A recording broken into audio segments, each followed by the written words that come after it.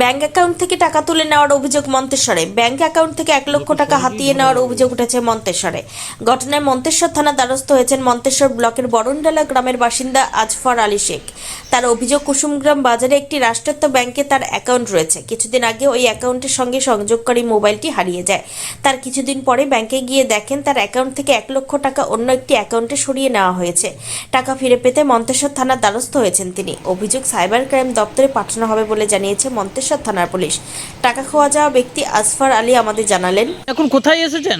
আমি মন্তেশ্বর থানায় এসেছি। কি ঘটনা ঘটেছে আপনার? এই কিছুদিন আগে আমার একটা মোবাইল হারিয়ে যায়।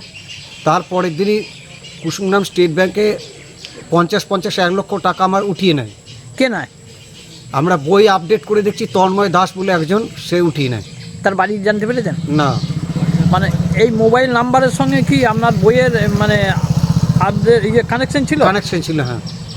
দিয়ে দু খেপে নাই নাকি? একই ডেটে 50-1 লক্ষ টাকা উঠিয়ে নেয়। উঠে না। বইয়ে কত ছিল?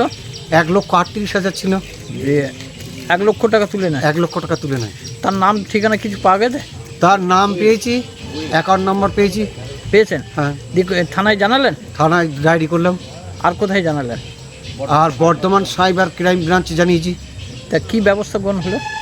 এখন এখানে ডায়েরি করার পর বর্ধমানের সাইবার ক্রাইম ব্রাঞ্চ বলেছে আমাদেরকে ডায়েরি নাম্বারটা এসে দাও, আমরা দেখব। আর এখন থানাও বললো যে ঠিক আছে, আমরা এখান থেকে যা ব্যবস্থা করার করব।